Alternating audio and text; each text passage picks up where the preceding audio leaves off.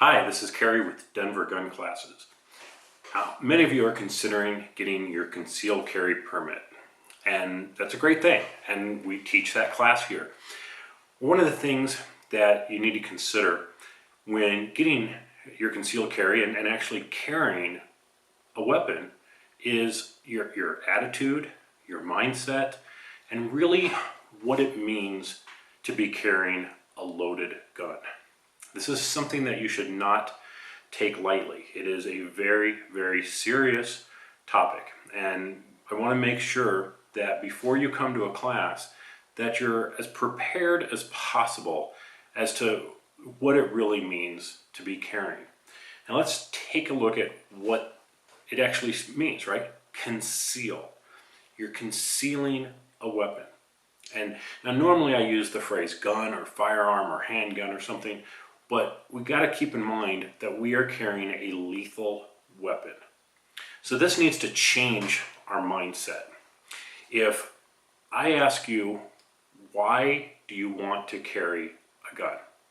If your answer is, so I can stop crime, or, so, I can save people or something, it's probably not the right attitude to have.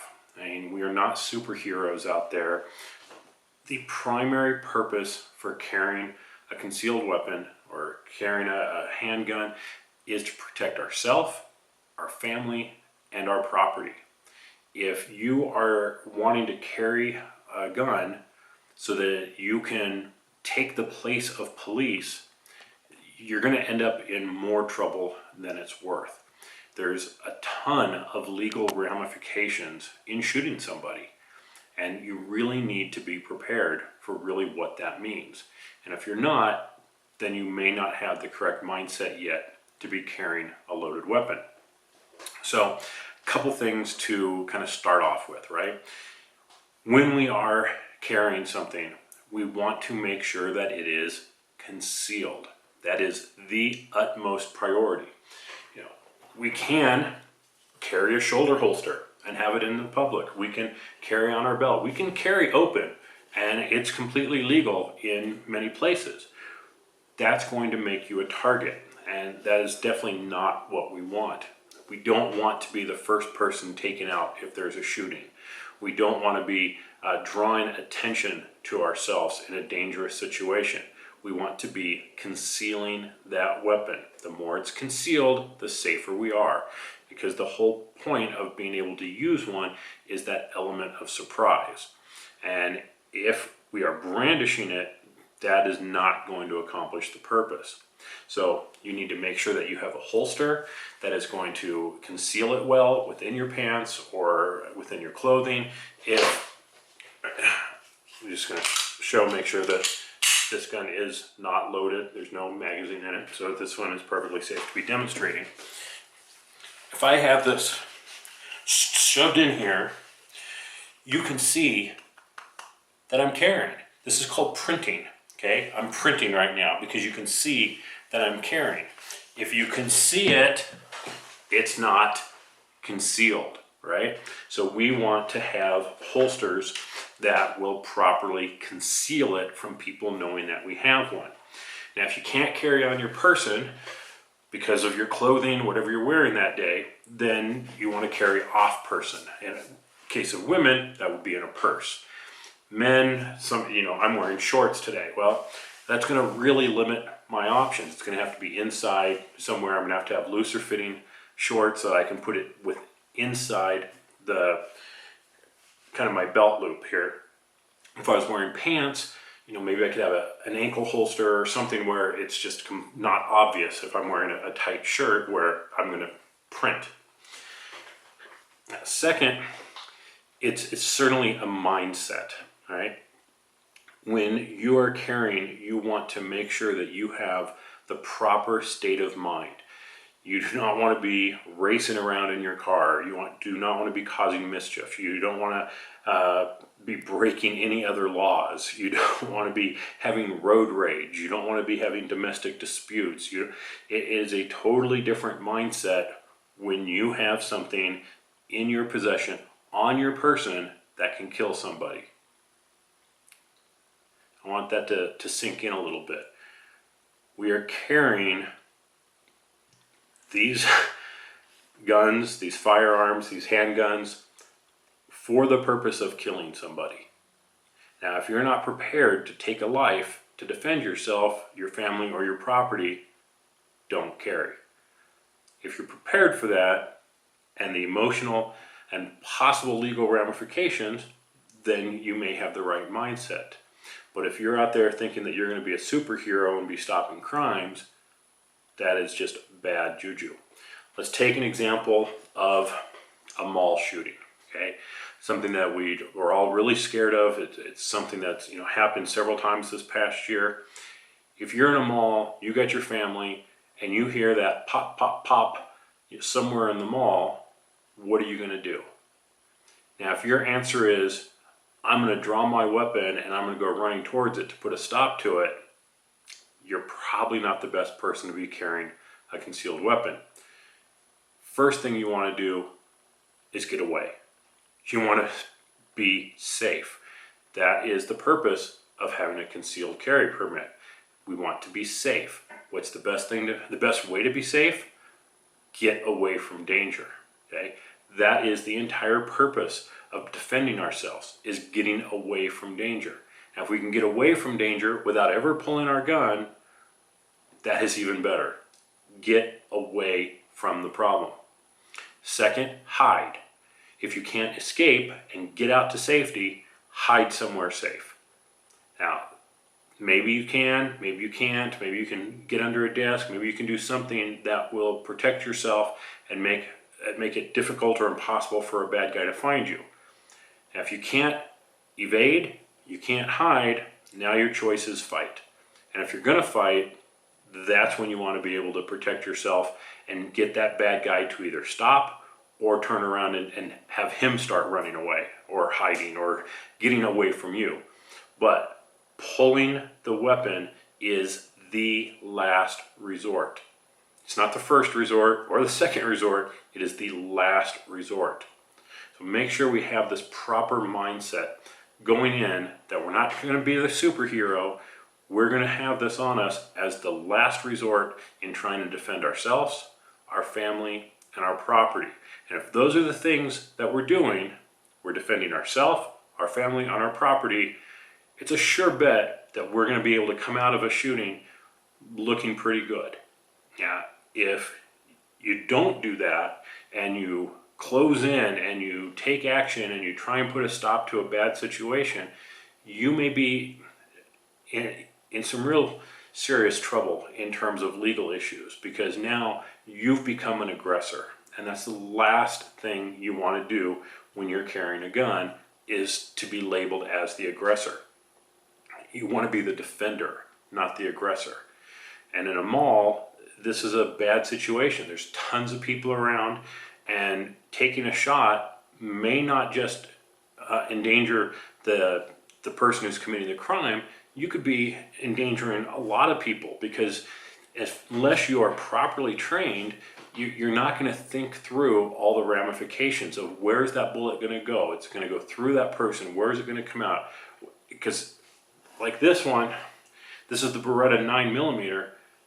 This is not just going to hit a person and stop in the middle. This is going to go in and it's going to come out the other side, and it's going to keep going, and you can end up taking out one or two other people.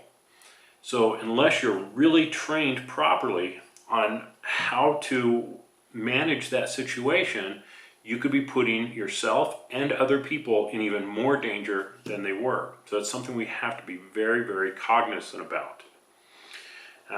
Next, you should look at getting your concealed carry permit as a starting point.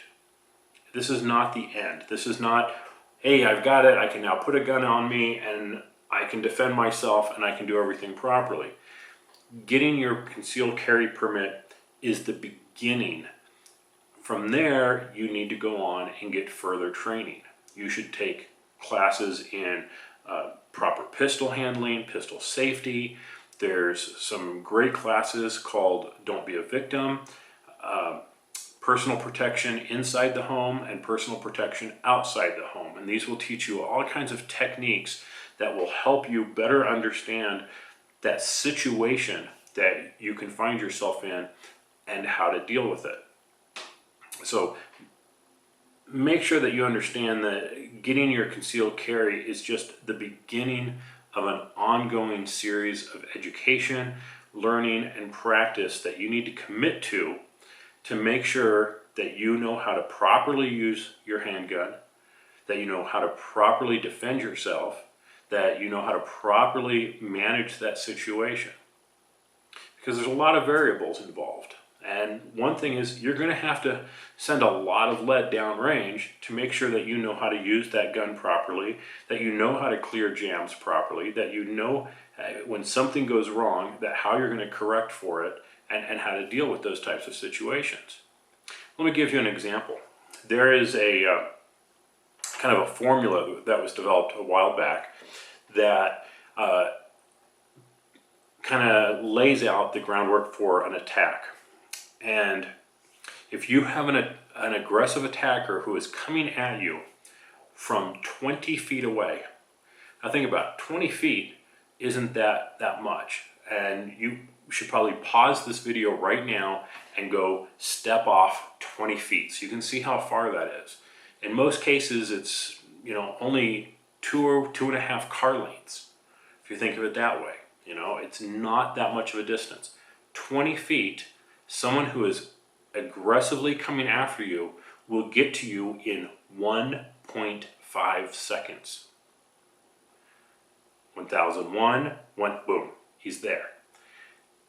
The average person, and even many experienced people, cannot get to their holster, get their gun out, get it off of safety, in many cases having to rack the slide to chamber around, get it up, acquire the target, understand what's behind that target in terms of if you shoot through that person, where's that bullet going to go, that whole situational awareness, take a clean shot and defend themselves in 1.5 seconds.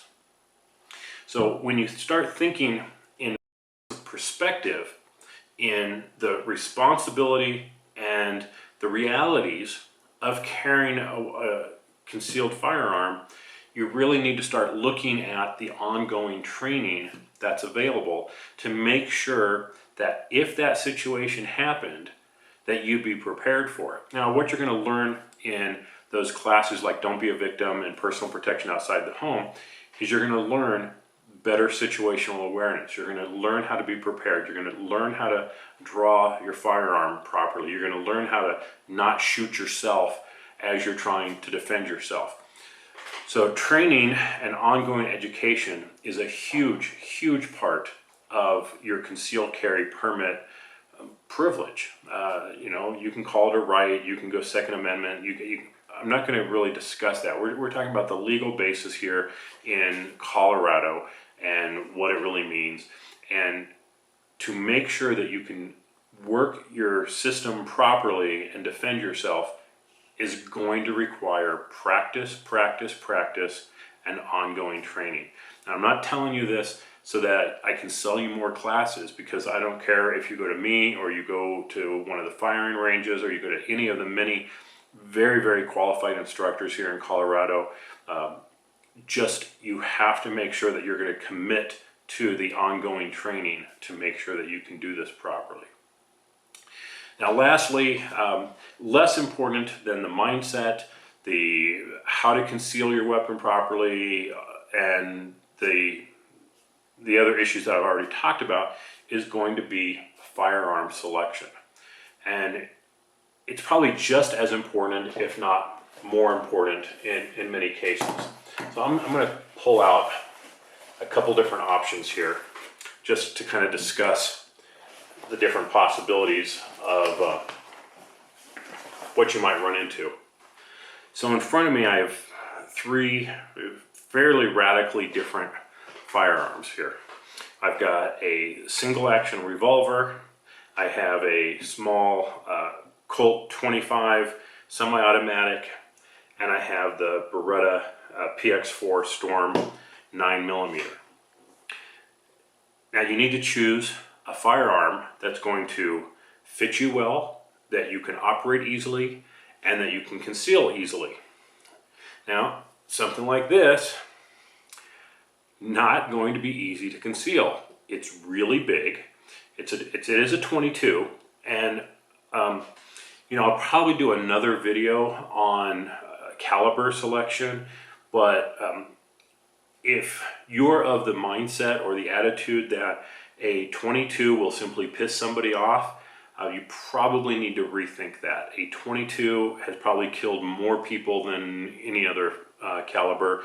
They are lethal at short range, and they are still deadly, especially in a longer barrel or in a rifle, up to 300 yards. That's a long range.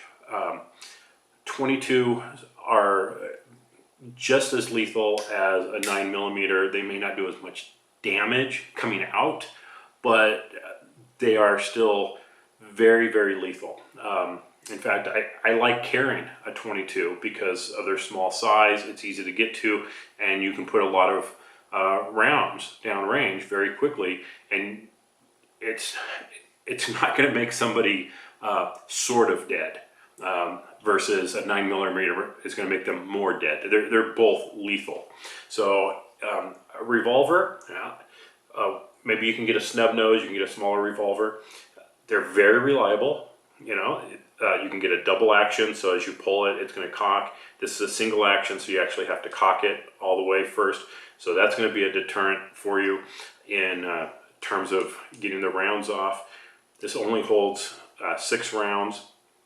So if in the U.S., I just saw this report that in a civilian firearm exchange, like a concealed carry type of situation, the average number of rounds fired was 4.7. So I mean, of course, there's a lot of 1s and 2s and 3s, but there's also a lot of 7s, 8s, 9s.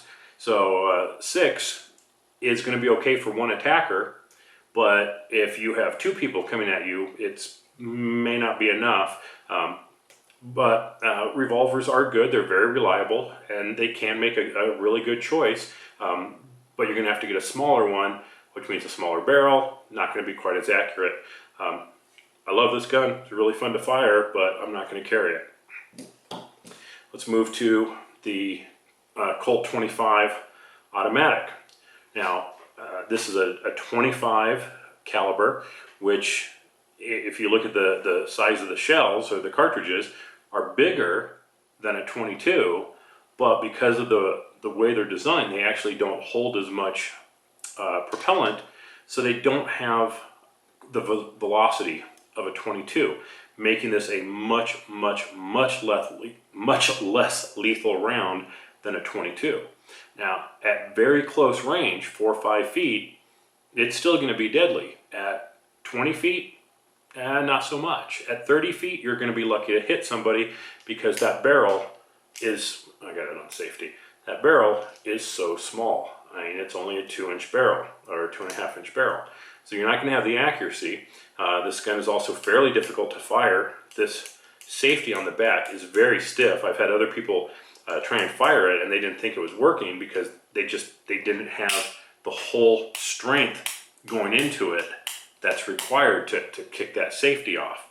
Now the advantage is, well, you can hide this sucker anywhere, but because it's not going to be a very powerful round, probably is not a good choice. The Beretta PX4, and it is a fairly bulky gun. I mean, as Berettas are, it has some width to it. This actually may be fairly difficult to carry in some situations. In most situations, it's going to be fairly easy to conceal, or definitely in a purse, but on your person, you're going to have to find the right holsters for it. But this is a very, very good concealed carry gun. It has some very good safeties. I mean, as you can see, there's no magazine in it. Safety's off. With a cartridge loaded, it's perfectly safe. The firing pin is down. So you can't accidentally drop it and fire it. But as you pull the trigger, it does cock it back and fire, so you don't have to rack it first. So you can get this out and get it on target and fire it very, very, very quickly. So it's one of the things I really like about this particular handgun. And this is why this was the choice I made for my wife, is because it's very easy to carry, it's very easy to conceal, and it has quite a bit of power behind it. So you don't have to hit somebody too many times for this to be very effective. Other guns that you might want to look at if you're afraid of something of this size, the recoil, the sound, and all that, is you might want to look at even a 22, like the Ruger P22. Very, very good gun. It's going to be very reliable. It's going to be smaller. It's going to be easy to carry. It's not going to have the muzzle blast on it. It's not going to have the noise on it, and it's still going to do some nasty damage to somebody. One thing that you need to be very, very aware of when utilizing any of these is going to be the sound. Now, there's a reason why we always use ear protection when we're shooting. These guns are loud, and now when you're outdoors, the sound dissipates, and they don't seem as loud as they do when you're indoors. If you're in a firing range and you don't have ear protection on, you can blow your eardrums out. This stuff is so loud. If you fire one of these in your house without ear protection, your ears are going to be ringing afterwards, and you are going to be very difficult to hear if somebody in the house is screaming for help, or if your situational awareness is going to go down because you can't hear. You can't hear if there's more bad guys. You can't hear good guys because your ears are going to be ringing so loud from firing a gun of this size or bigger. Even though an AR-15, great personal defense gun, but you fire that thing indoors, and you can risk having some hearing damage. So keep that in mind when you're looking at different handguns, and for concealed carry, and for other types of guns for your home defense, is what are you going to do about ear protection? If you keep a gun in the house, whether it's a handgun or a rifle, you need to keep hearing protection nearby. And I certainly recommend electronic earmuffs, because they will block the sound of the gun going off, and yet you'll still be able to hear you talking. Now, if someone is breaking into the house and I have these sitting there on, next to my bed, I can throw them on. They're going to start protecting me immediately. I can turn the volume up, and now I can hear it's like having bionic ears. I can hear footsteps. I can hear them talking. I can hear stuff. I can send my wife into the bathroom, and she can put a pair on, and we can whisper to each other and hear each other, and yet it's going to protect me in case I actually have to discharge a firearm. So a lot of things to consider when looking at getting your concealed carry. I hope you take it very seriously. I mean, we take it very seriously here. We want you to be safe. We want you to be protected. We want you to be legal.